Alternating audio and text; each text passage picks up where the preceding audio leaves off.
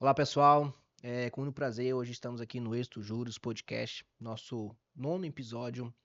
Hoje a gente está com um convidado muito especial, um piloto de ultraleve, um empresário de sucesso, pessoa extraordinária que tem muita história para contar. Se você quer saber sobre insights para poder ter uma vida empresarial de sucesso, enfrentar o desafio do dia a dia da carreira empresarial, fique conosco, assiste até o final, que eu tenho certeza que no final você vai nos agradecer. Hoje estou aqui com o senhor Marcelo Fernando Bauman Toski. Seja muito Exatamente. bem-vindo.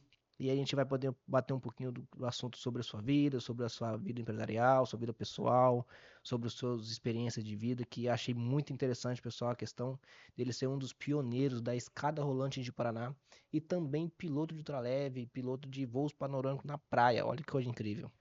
Seu Marcelo, bem-vindo. Fique à vontade. Ok, eu agradeço aí pelo convite, participar do podcast de vocês. Temos aí uma carreira empresarial em Ji-Paraná já de quase 30 anos, né? E antigamente era piloto de ultraleve na praia, igual você falou, fazendo um voo panorâmico, fazendo festa, né? Até mesmo aqui em Ji-Paraná, chegamos a voar bastante também, se divertir bastante, ensinei algumas pessoas a voar com ultraleve. Mas agora eu me resolvi me dedicar mais na carreira empresarial. Então, estamos Show de seguindo, bola. fazer a empresa crescer e prosperar sempre. Show de bola. Seu Marcelo, nascido em Mandaguari, no Paraná, filho de uma professora de matemática que também já foi diretora da Escola Júlio Guerra. Como que foi parar, como que veio parar em Paraná, Rondônia? E como foi o início da sua vida lá na época de filho da professora, lá no início da sua vida pessoal, como que chegou até aqui hoje? Pra gente vir parar aqui de Paraná, a história é meio longa, né? Porque nós chegamos aqui em 1980, eu acho que tinha 4, nasci em 75, tinha 5 anos de idade, 5 anos de idade. né? E nós viemos para cá porque lá em 1975 teve uma grande geada, tal, chamada geada negra, né? Meu avô mexia com café lá no interior do Paraná e essa geada matou tudo. Eles ficaram tentando lá ainda, até 1980, mas aí também veio uma outra e levou tudo. Meu avô resolveu ir embora para Curitiba, mexer com panificação. E meu pai falou que eu não vou não, para Rondônia. Vou mexer com terra em Rondônia. Na época estava desbravando aqui, né? Muita colonização do pessoal do sul do país. Minha mãe pegou um contrato, quando era o território ainda, né? Para ser professora. E se eu não me engano, quando ela veio para cá, ela já foi direto, acho que era Júlio Guerra, né? Hoje é Tiradentes ali. E que eu trabalhava lá de manhã, de tarde, de noite, a gente morava ali por perto. E posteriormente, já acho que em 1990, ela se tornou diretora da escola durante um longo período. Então ela é muito conhecida na cidade mesmo. Muitas pessoas, quando eu falo que eu sou filho da professora Ana, falam, meu Deus, ela foi minha professora, Sim. né? Isso aí acabou até me ajudando muitas vezes, né? Porque pelo conhecimento, na vida empresarial, até na mesma na vida no dia a dia. Caso, por exemplo, na época eu pilotava uma moto sem carteira, aí a polícia parava lá, opa, sem habilitação, pensa só, de menor, sem habilitação, sem capacete, né? A polícia para, ah, mas você não é filho da professora Ana? Sim, sou eu mesmo. Então tá bom, pode ir Pode embora. ver. Ela tinha Teve uma influência boa, sua mãe. influência boa. Isso Tipo, gera até uma confiança, né? Até no, igual você falou, no âmbito empresarial também, né? sim, aí a empresa. Você, filho. Exato, exato. A empresa veio advindo do quê? Um amigo da minha mãe, o professor Mário e o professor Hildo Mussoi, eram os donos da empresa, da papelaria ABC. Mas a empresa quebrada no momento, né? Não tinha estoque.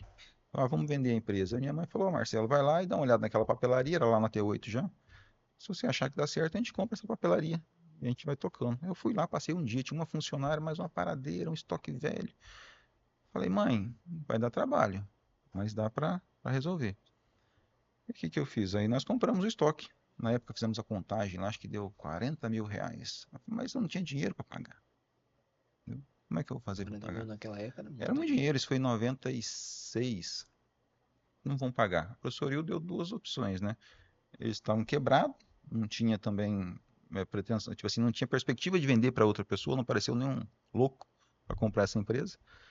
Aí Cal falou assim, Marcelo, tem duas opções para você. Ou você compra, eu divido isso para você baseado no dólar ou no juro da poupança. E você me paga conforme você conseguir. Eu falei, então tá bom, então só que você coloca no juro da poupança. Se fosse no dólar, tava perdido. Aí foi dois extremos, né? Dólar no juros Exatamente, poupança. só que eu fiz a escolha certa no É momento isso. certo, né? Sim. Então, muitas vezes, em vez de pagar a parcela mensal, eu comprava a mercadoria. comprava mercadoria e colocava. E com isso eu fui. Minha mãe era professora, me apresentou também, lógico, todo mundo já me conhecia, né, como filho da professora. Fomos nas escolas, no Júlio Guerra, no JK, no Aloísio e tantas outras tem de Paraná. É interessante que dá para ver que a paixão pelo estudo veio para a vida empresarial, porque por ser professora, abriu uma papelaria Papelaria, no mesmo justamente. segmento, e já tinha conhecimento ali de vários pais, até outras escolas, e deu certo essa escolha, né, igual você Sim. falou. Escolheu aí os Uhum. juros da poupança, que conseguiu com lucro até pagar e como foi? Quanto tempo demorou para poder fazer essa quitação, os primeiros desafios, é, em paralelo teve a sua vida pessoal que o senhor teve filhos, casou, quantos filhos o Aham. senhor teve nessa época, como que foi conciliar essas duas áreas tão importantes na nossa vida? É, quando você pega uma empresa desse jeito, a primeira coisa que tem que pensar é não quebrar, porque se você quebra, você além de não conseguir pagar a conta, você fica devendo para o seu credor, né? E o juro aumenta cada vez mais. Então, muitas vezes, eu do professor Mário, dá uma acalmada aí que eu preciso comprar mercadoria. Eu comprava mercadoria, vendia e corria atrás de vender. Na época eu vendia muito para as escolas e saía correndo atrás dos escritórios, do escritório de contabilidade, né? E vendendo. Sobrava um dinheiro, eu pagava. Levou 2 anos para pagar essa conta, com juros. Colocava valor juros da poupança, eu não me lembro quanto que fechou isso aí, mas em torno de uns 50 mil na época, levou 2 anos. Depois que eu acabei de pagar essa conta, pagava aluguel, né? Aí eu falei, bom, agora é sair do aluguel. Tracei como meta, como objetivo, sair do aluguel. Aí eu comprei o terreno onde é a loja hoje, aí depois eu fui construindo e tal, e estamos ampliando. Aí nesse meio tempo eu também casei, aí tive 2 filhos, aí tinha a vida minha pessoal e também tinha a vida empresarial. Você tem que conciliar isso aí. Mas é um desafio muito grande. Até hoje eu vendo para praticamente todas essas escolas ainda. É uma situação bem complicada essa das escolas, porque durante o mês de janeiro até julho, eles só te compram. Então você tem que ter um estoque, tem que ter dinheiro para aguentar, né? Aí de julho, agosto, setembro, outubro, eles começam a pagar. Aí você recebe, fica com caixa e você vai fazer os investimentos, igual você viu, né? Você foi lá na empresa, você viu que nós estamos lá ampliando, né? Sim, Ampliando o espaço. E assim vamos levando. vai fazendo. É, a gente conhecendo um pouquinho mais sobre sua história, eu lembrei também que o senhor também iniciou uma vida caneco de engenharia de alimentos. Rapaz. E hoje tem uma empresa de construção também. É. Pelo visto, essa paixão pela engenharia também puxou, né? E por É, que que iniciou em um e terminou e tá em outra hoje? na época da engenharia de alimentos, eu estava morando em Curitiba. Minha irmã, ela acidentou aqui Tava num passeio com o pessoal da casa Três Irmãos e acidentou bem na frente ali do aquele motel Checkmate, né? Sim. Sentado em cima da carroceria de uma caminhonete, ainda era o Elton, né, que era o proprietário, estava dirigindo. O caminhão passou, bateu nela, ela caiu, bateu a cabeça. Um acidente terrível, quase morreu. Aí, para salvar ela, o que tinham que fazer? Costuraram ela mais ou menos ali no CESP e tal, e levaram para Curitiba no avião da Eucatura ainda. Na época eu estudava em Maringá, já no colégio interno. Você vê mais outra fase, né? Minha mãe tinha mandado eu para o colégio interno para fora. Aí, pum, fui lá para Curitiba para poder, né, ajudar a cuidar da minha irmã, né? No hospital. Então ela ficou bem ruimzinha de saúde. E aí fomos seguindo, né? Ficando em Curitiba, tal. Aí lá apareceu a questão do trabalho do Ultraleve. Apareceu, né, trabalhar com a padaria do meu avô, né, que eu falei que ele tinha saído do Norte do Paraná, foi montar uma padaria. Aí comecei a trabalhar na padaria, aí saí da padaria, fui para farmácia de um outro tio e fui tocando minha vida. Aí chegou um determinado momento que eu falei, opa, vamos ter que estudar. E eu sempre estudando. Quando eu estava estudando, minha mãe estava lá pagando a faculdade. E um certo dia meu pai falou assim, filho, essa faculdade de engenharia de alimentos está em evidência. Vai dar bom esse negócio. Fui lá, fiz na PUC do Paraná ainda. Fiz o vestibular, passei, né? Meu pai chegou pulando. Meu Deus, que alegria, você passou, engenharia de alimentos. Falei, Jesus amado, nem de cozinhar eu não gosto, né? Eu acho que não tem nada a ver, é só um trocadilho. É uma trocadilho, não. E É, é interessante o senhor falar sobre isso também, sobre essa diferença, porque muita gente tem dúvida. Que a questão fala, engenharia de alimentos. O que que é engenharia de alimentos? olha, falar para você, era e é um curso ainda muito promissor. São os engenheiros que produzem os alimentos. Hoje praticamente quase tudo é enlatado, quase tudo é empacotado, né? Então toda a Consegue? indústria tem que ter um engenheiro de alimentos. Eles são muito bem remunerados por isso. mas não estava assim. Falei, meu Deus do céu, meu pai pulava de alegria. Eu falei, meu Deus, e agora? Aí tava todo mundo feliz. Eu falei, tá bom, vamos fazer o curso. Fazer o curso. Entrei lá, 2 anos. Ah, não aguentei. Não, não é pra mim. Não é para mim. Aí, tipo, não estava estudando, então volta a trabalhar. Aí minha mãe cortava lá A os mesadinha, pagamentos, os né? pagamentos. Além da engenharia de alimentos, eu fiz agronomia 2 anos aqui depois que eu voltei, né? Isso foi lá em Sim. Curitiba. Aí eu fiz 2 anos de agronomia na São Lucas hoje, né? Antigamente era Ubra, né? Ubra, né? Ubra ou São Lucas. 2 anos eu fiz lá, também não me acertei. Aí minha mãe é professora de matemática, eu falei, ô, beleza, vou fazer matemática, né? Vai que dá certo. Fui aqui para a Unir. Acho que não deu 30 dias. Foi nessa meio termo daí que nós compramos uma loja. Eu falei, é isso que eu quero. Eu quero é comprar e vender. Eu sou É empresário. empresário. Sou empresário. E aí eu segui minha vida dessa forma. Aí depois que apareceu a construtora é nova, tem acho que 3 anos ou 4 anos, mas já é uma ideia que eu tinha há muito tempo. Construir e vender casa. Eu tinha essa ideia, porque eu fico sondando sempre o mercado. O que é que está acontecendo? O que é que as pessoas estão fazendo? Se você vai lá comigo no meu escritório, ou se eu te encontro na rua, se você é meu amigo, nós estamos conversando. Estou lá com o pessoal do beach tennis lá no condomínio. Tô lá jogando com eles, tal, a gente senta lá num banquinho e fica lá. Aí tá o Alequim da Autolim, tá o nosso André vereador agora, tá o Luiz Auro da Verde Brasil, tá o irmão dele lá, eu chamo ele de quinta série, né? Porque o bichinho ele gosta de tirar o sarro, o Júlio, e sempre aparece, né? O Thiago que vem de placa solar, então eu fico. Quando eles estão conversando, eu estou prestando atenção. E quando não, eu estou instigando para saber qual a forma, o que está acontecendo no momento. Então, eu sempre vem essa questão de construir e vender casa é uma delas. Eu escutei e o pessoal falando, ó, esse segmento está dando dinheiro. E na primeira oportunidade que teve, eu fui lá e fiz. Interessante. Exatamente isso é a vida empresarial. É você entender o momento do mercado e abraçar a oportunidade que está tendo, né? Hoje o senhor então tem aí a ABC Papelaria, né? A Big Festa e mais a construtora. Qual outros negócios Exatamente. o senhor faz atualmente? Atualmente, deixa eu pensar o que eu tenho. De empresas eu tenho essas 3 empresas, né? Mas eu tenho vontade de fazer muitas outras coisas. Só depende, às vezes, de alocar recurso. Agora eu estava olhando aqui, antes de entrar no estúdio, estava vendo lá, é, chamam de condotel, chamam de flat, chamam de quarto de hotel, seja qual que é o nome. Comprar quartos de hotel, alugar Airbnb, ou então alugar no pool, que eles falam lá que a Entendi. própria Rede Hoteleira administra. Isso para fora, tem que ser São Paulo, tem que ser em outros lugares. Sim. Entendeu? Que É é uma grande situação. procura, né? É.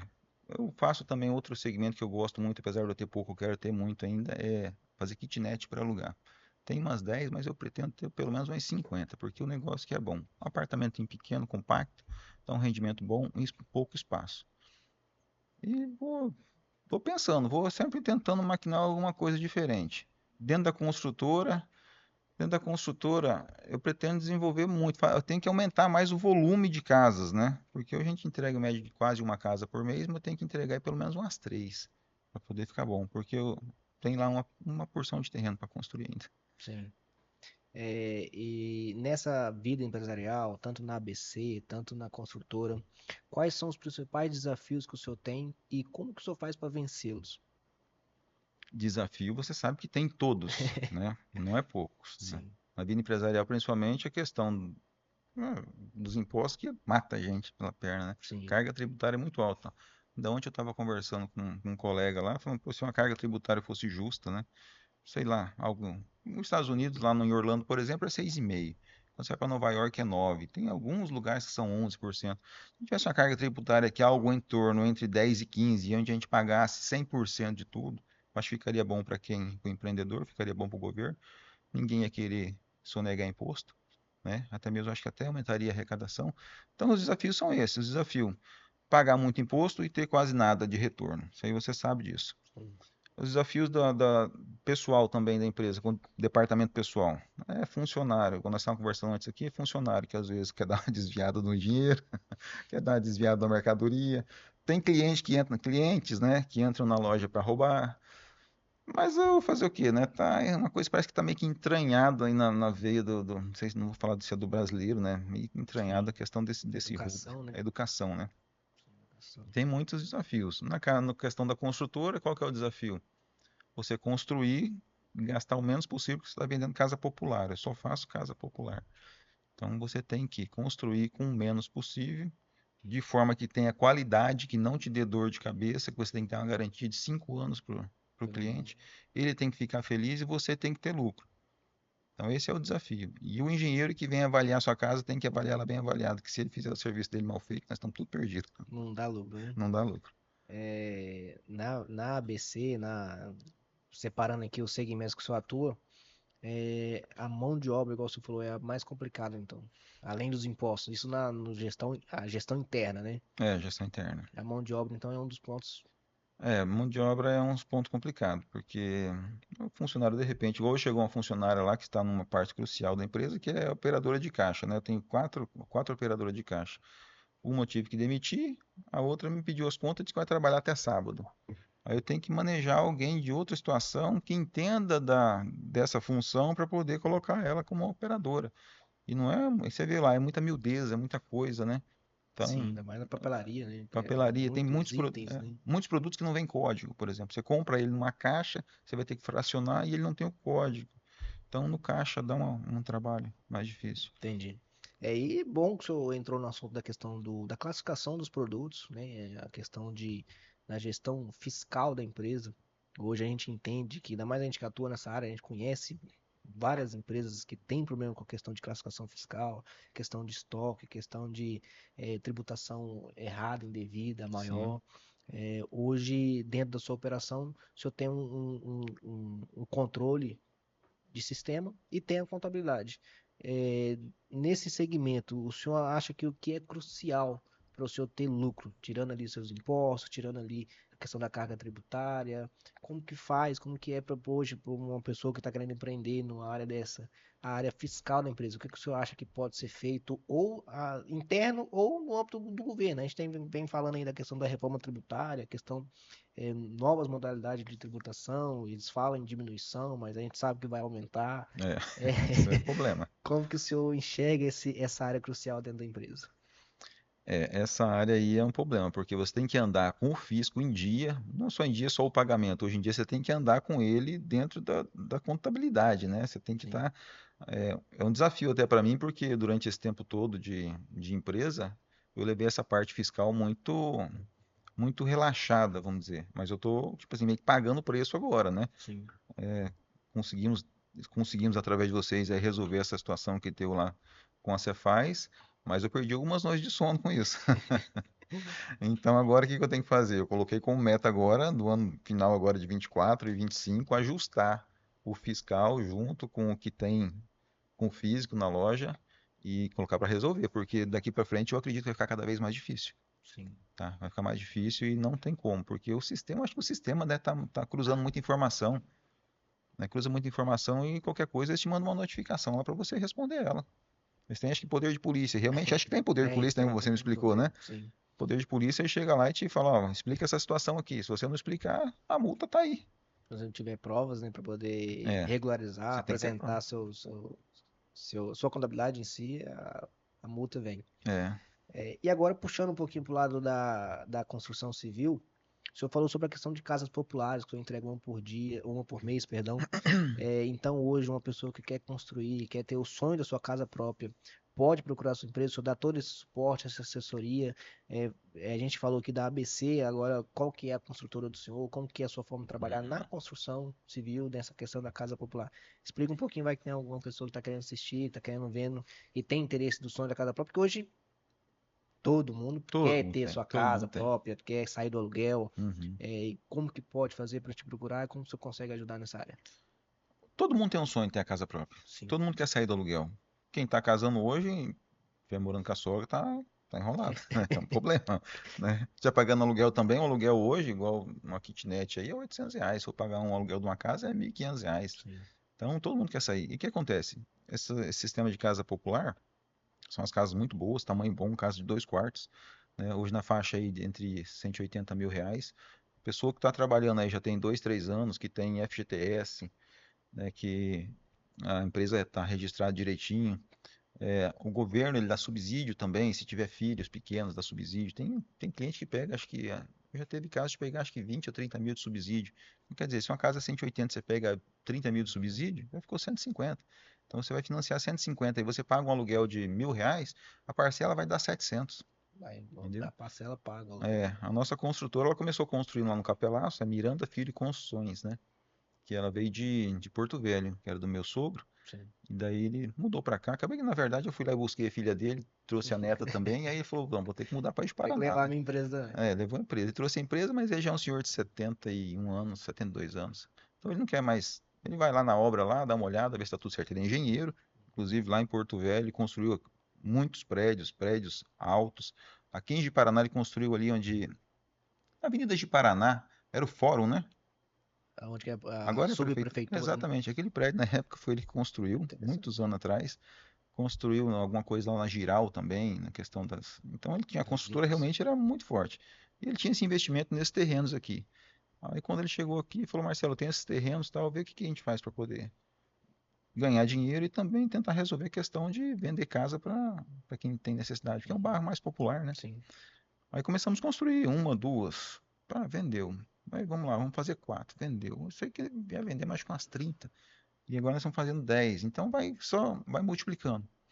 A gente tem os corretores também que trabalham com a gente, né? Então, se alguém quiser comprar uma casa, é só nos procurar que a gente tem também casa para vender, Interessante. né?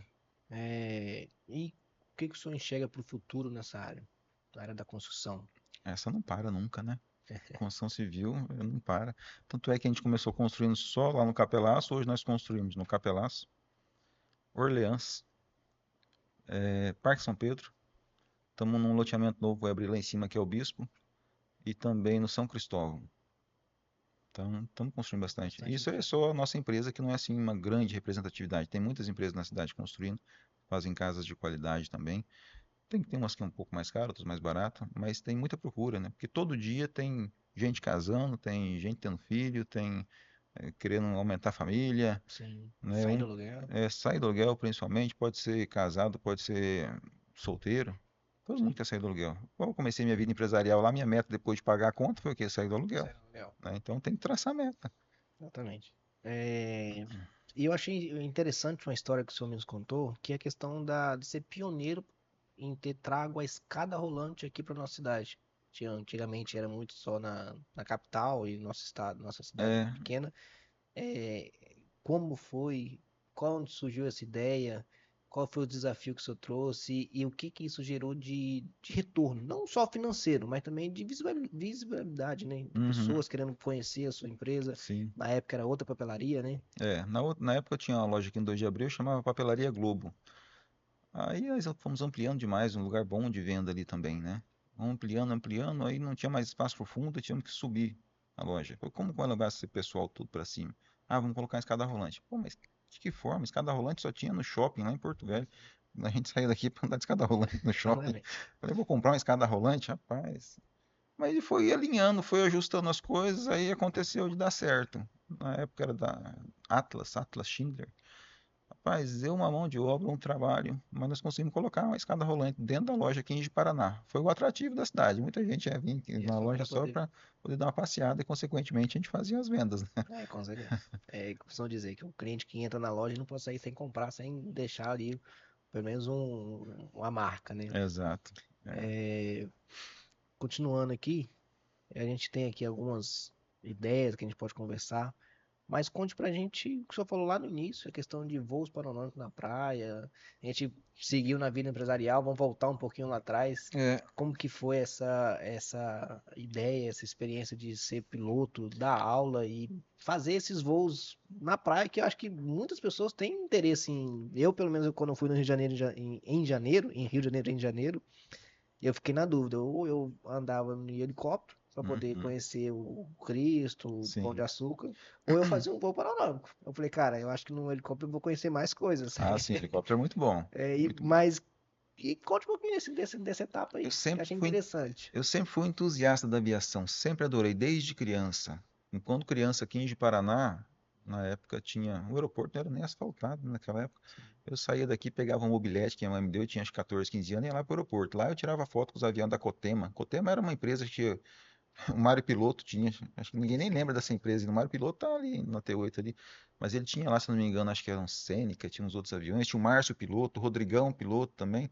Eu ia lá para tirar foto. E ficar olhando, ficava nos aviões sonhando um dia eu voar um avião daquele, quando criança, né? E aí passou, quando eu fui morar em Curitiba, lá com esse caso Uhum.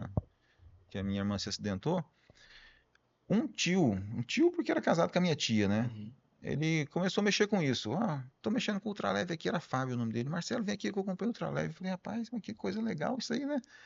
Aí eu falei, então tá, me levou lá na praia, ele tinha comprado o ultraleve. Rapaz, eu voei naquele negócio, falei, que coisa Coisa maravilhosa. maravilhosa, é isso que eu quero pra minha vida. Eu tinha um Fusca na época, né? Acho que todo mundo começou com um Fusca da minha idade, todo mundo, primeiro carro foi um Fusca, né? Aí eu falei, olha Era o só, carro, né? era o carro, né? Eu falei, Fábio, pô, só tem esse Fusca, mas eu quero um aparelho desse aí. Ele falou, não, então tá bom, então, só vamos trocar. Hum. Eu troquei um carro num Fusca que estava lá na praia. Eu troquei um carro, um Fusca, troquei no ultraleve que estava lá na praia. Falei, cara, mas e agora como é que eu vou andar? Não tem, não tem mais como me locomover, né? Comprei uma motinha para poder me locomover e fui fazer voo panorâmico na praia. Quando chegou novembro, aí eu desci com mala e No cuia. caso, ele que ensinou a Ele me voar. ensinou a voar de ultraleve. Ele me ensinou a voar de ultraleve. Aí quando foi na época, a temporada começa em dezembro, né? Mas Uhum. quando foi novembro eu já mudei pra praia, lá na barraca, num camping e tal, e fui voar. Eu voava lá em Praia de Leste, voava em Pontal do Sul, Ipanema, voava. Eu sei que a última base que eu fiquei foi Itapuã, que era uma praia lá, acho que era meio divisa, Paraná e Santa Catarina, Uhum.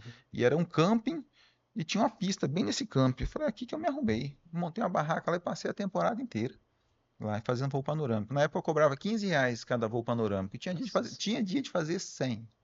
Nossa Tinha senhora. dia de fazer 100. Hoje eu nem sei quanto custa aí. Tá caro. Em Tá caro. janeiro eu fui fazer uma cotação, acho que era 650. É. 650. Ó, mas lá Mas, no mas o Rio. nosso lá não era um avião, era um ultraleve, chama-se ultraleve experimental, né? Aquele você voa por sua própria conta e risco, aquele negócio lá, entendeu? Tanto é que algumas vezes o motor parou, a gente pousa na praia.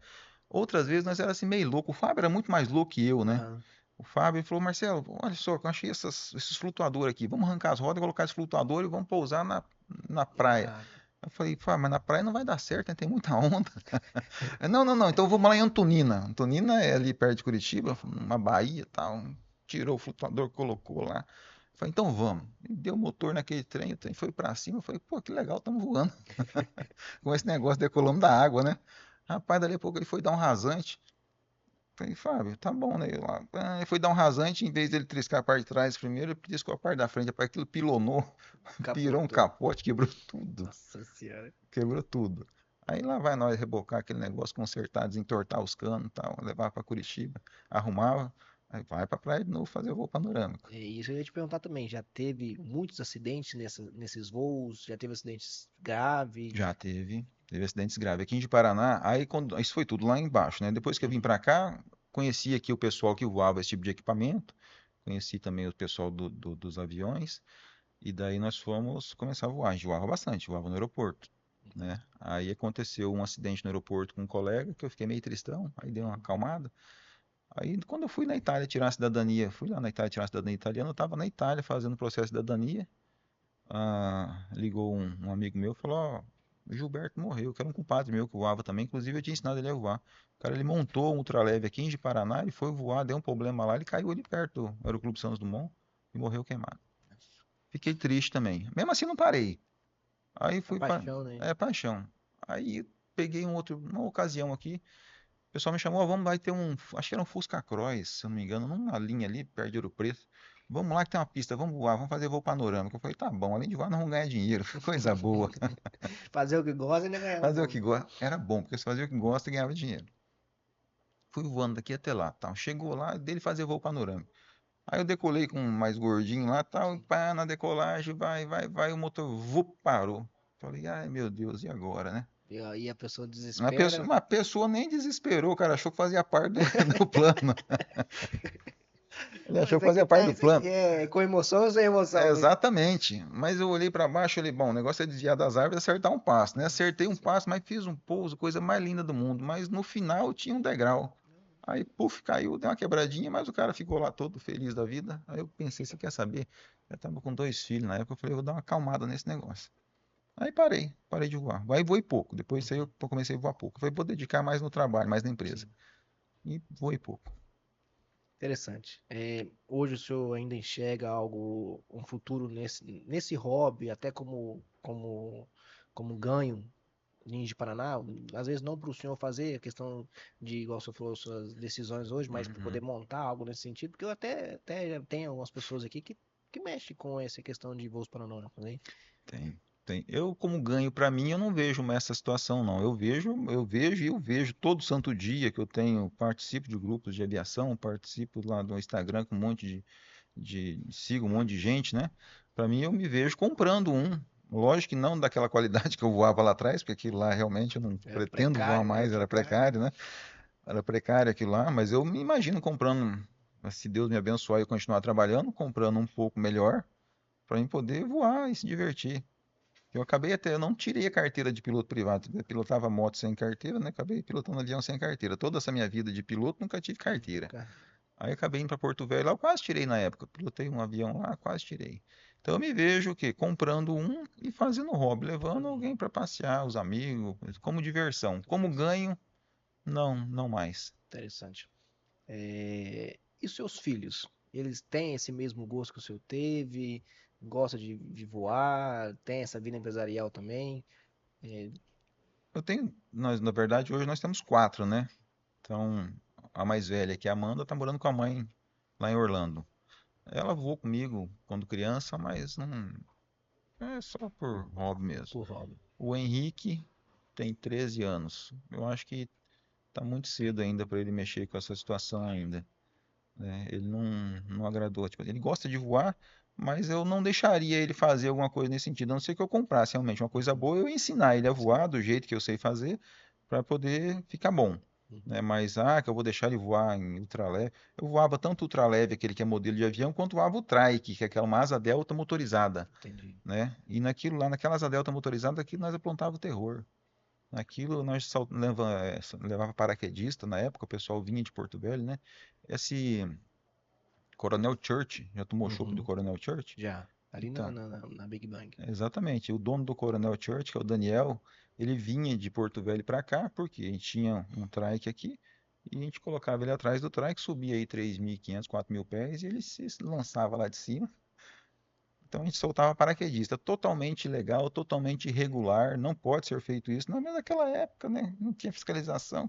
Hoje em dia não mexe mais Muito com mais isso, não. difícil, né? É. Interessante.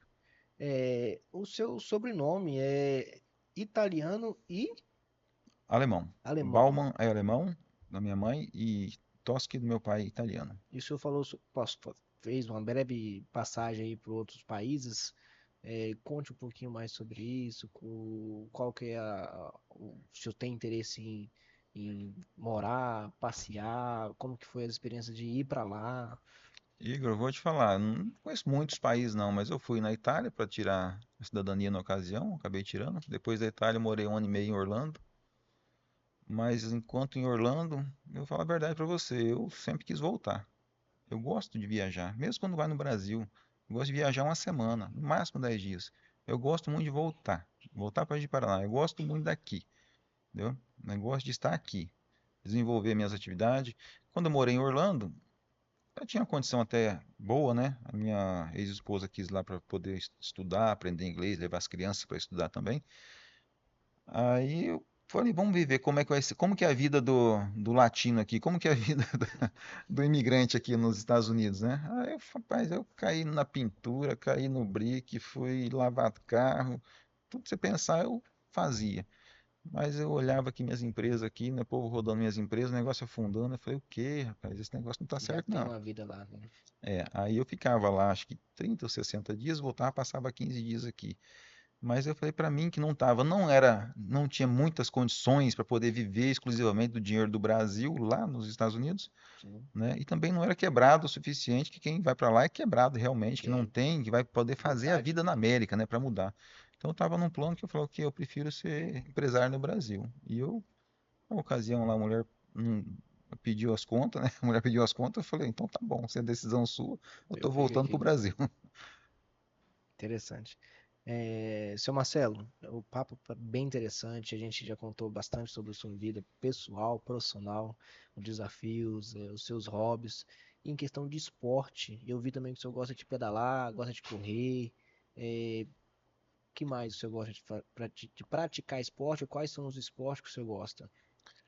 Qual esporte que eu gosto? Eu costumo falar lá em casa, minha mulher, ela é uma esportista mesmo. Ela gosta de esporte. Você falar em bola, é com ela. Ela joga tênis muito bem. Se você der uma bola de futebol, ela joga futebol muito bem.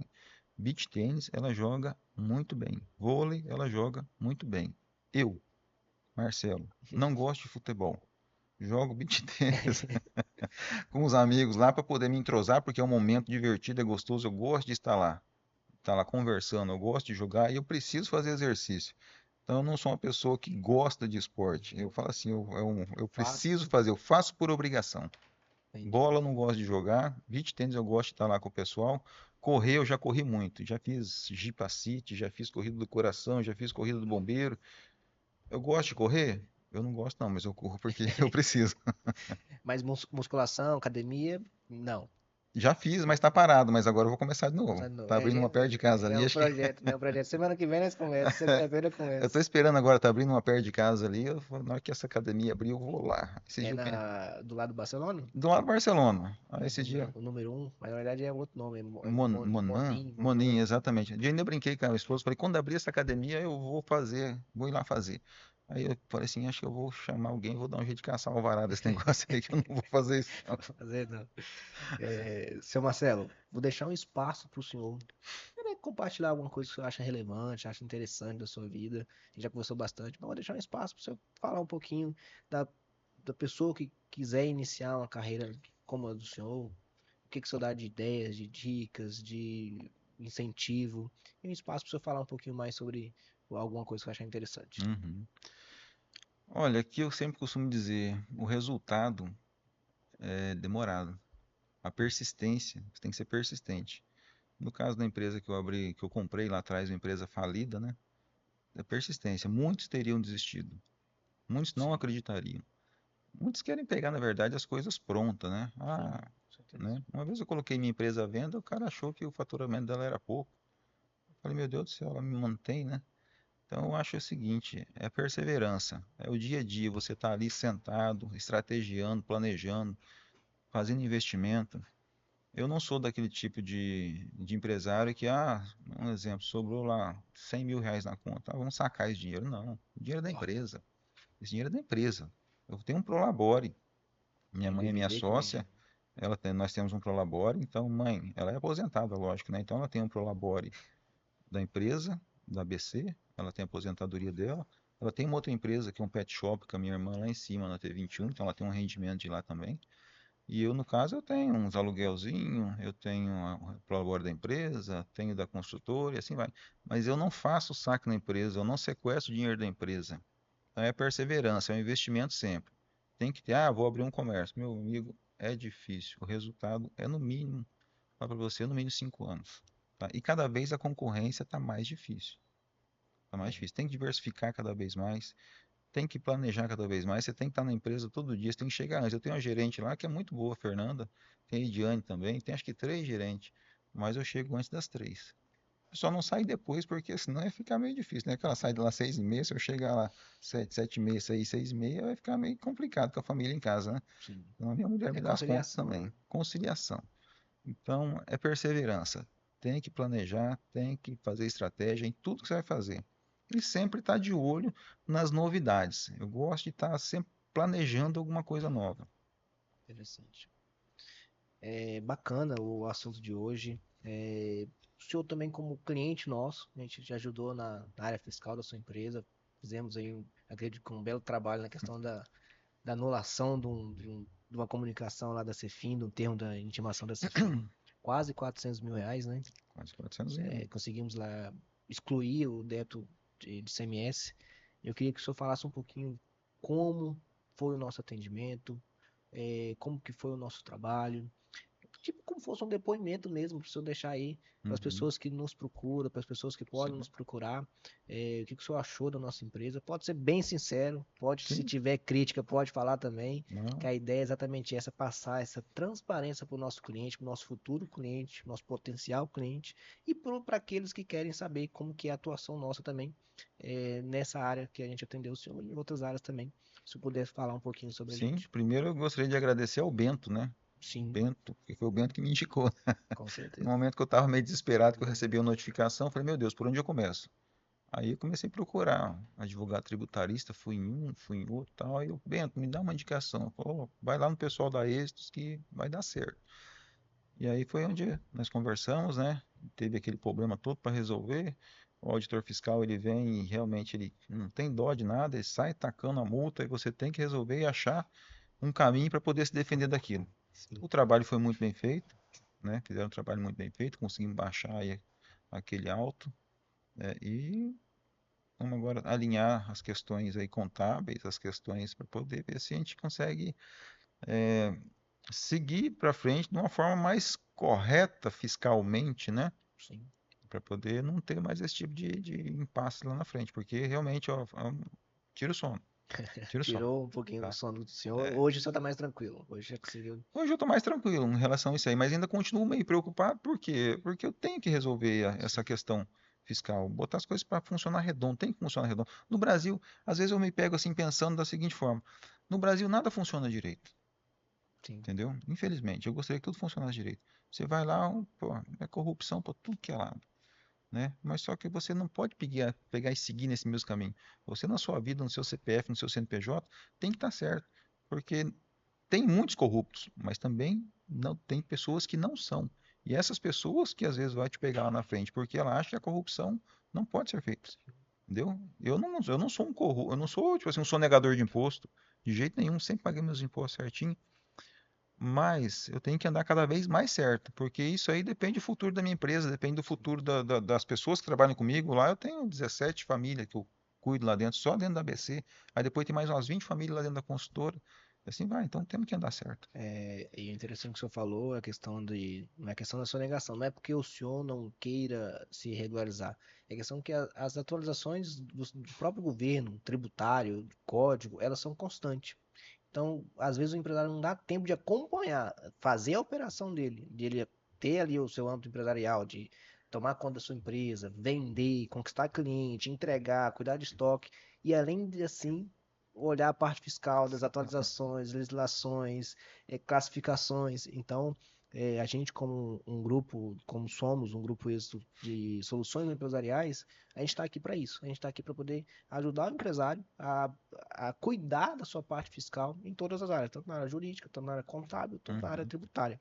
Porque com a equipe completa, com a equipe eficiente, o senhor consegue ter mais tranquilidade, como o senhor falou, consegue cuidar mais do que o senhor sabe fazer, que é igual o senhor falou, ser empresário, é comprar, vender, conquistar cliente, e essa parte fiscal, essa parte tributária, essa parte burocrática, deixa para quem consegue entender um pouquinho melhor.